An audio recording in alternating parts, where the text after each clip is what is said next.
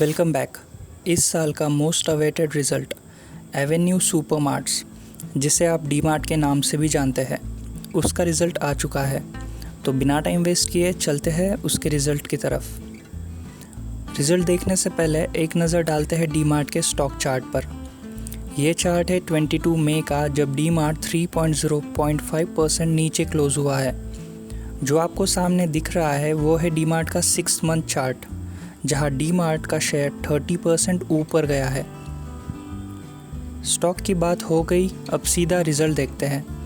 आपके सामने है डी मार्ट का क्वार्टरली रेवेन्यू ट्रेंड, जो कि मार्च 19 वर्सेस मार्च 20 का है, जिसमें डी मार्ट ने 23.5% की ग्रोथ दिखाई है। नेक्स्ट देखते हैं क्वार्टरली नेट प्रॉफिट ट्रेंड। अगर आप देखें तो वो सीधा 41.14% की ग्रोथ पर है, जो कि एक बेहतरीन ग्रोथ है।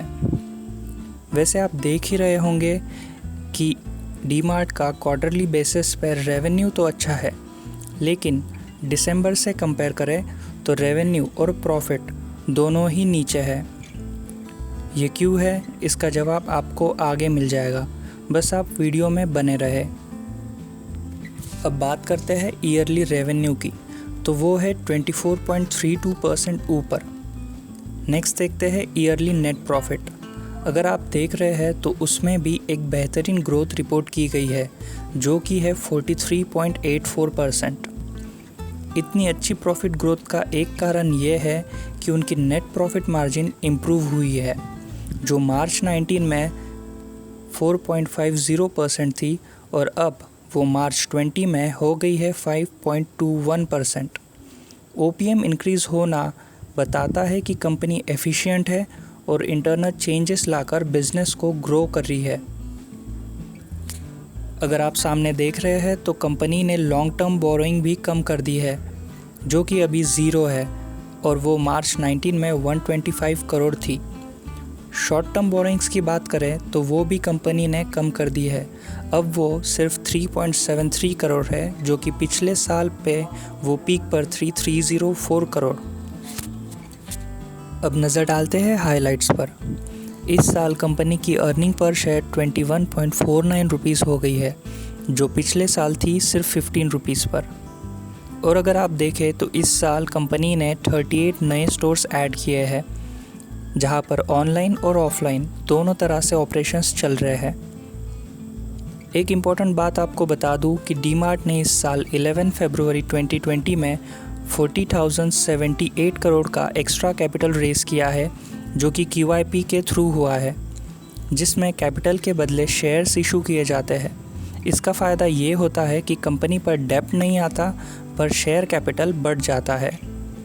ये 40,078 करोड़ में से उन्होंने 1,010 करोड़ ऑलरेडी यूज़ कर लिए हैं।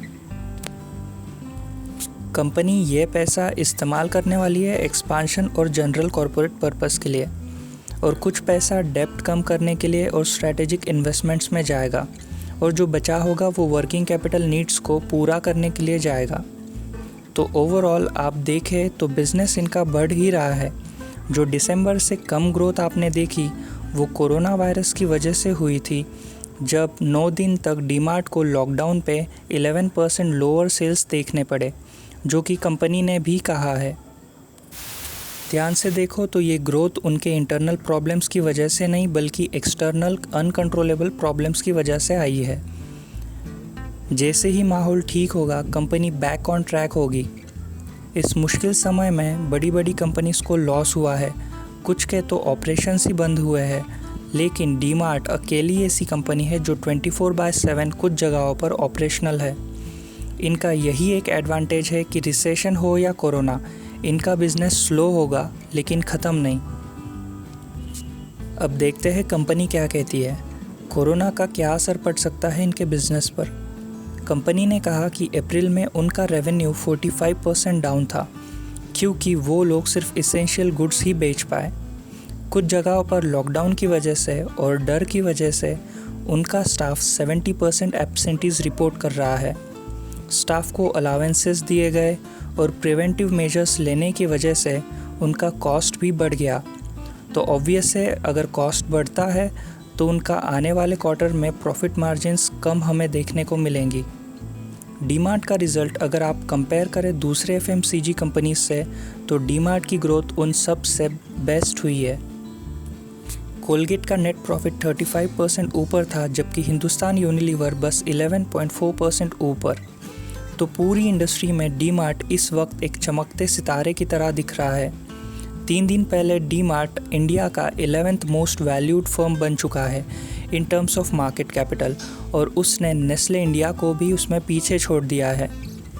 जिस पोजीशन पे आज डीमार्ट है, उस पोजीशन पे इंडिया की कोई भी कंपनी नहीं है। मोटर कंपनी सेल करने के लिए स्ट्रगल कर रही है, ऑफ़र्स दे रही है।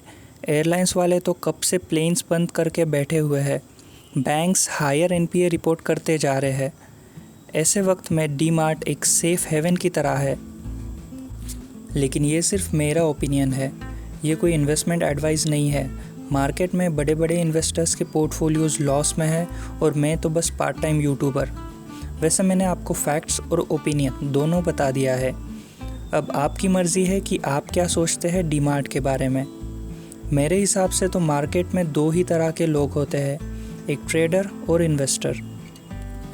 ट्रेडर हमेशा मैग्नीफाइंग ग्लास से ही दिखता है। मैग्नीफाइंग ग्लास बस पास का ही दिखाता है, यानी कि शॉर्ट टर्म।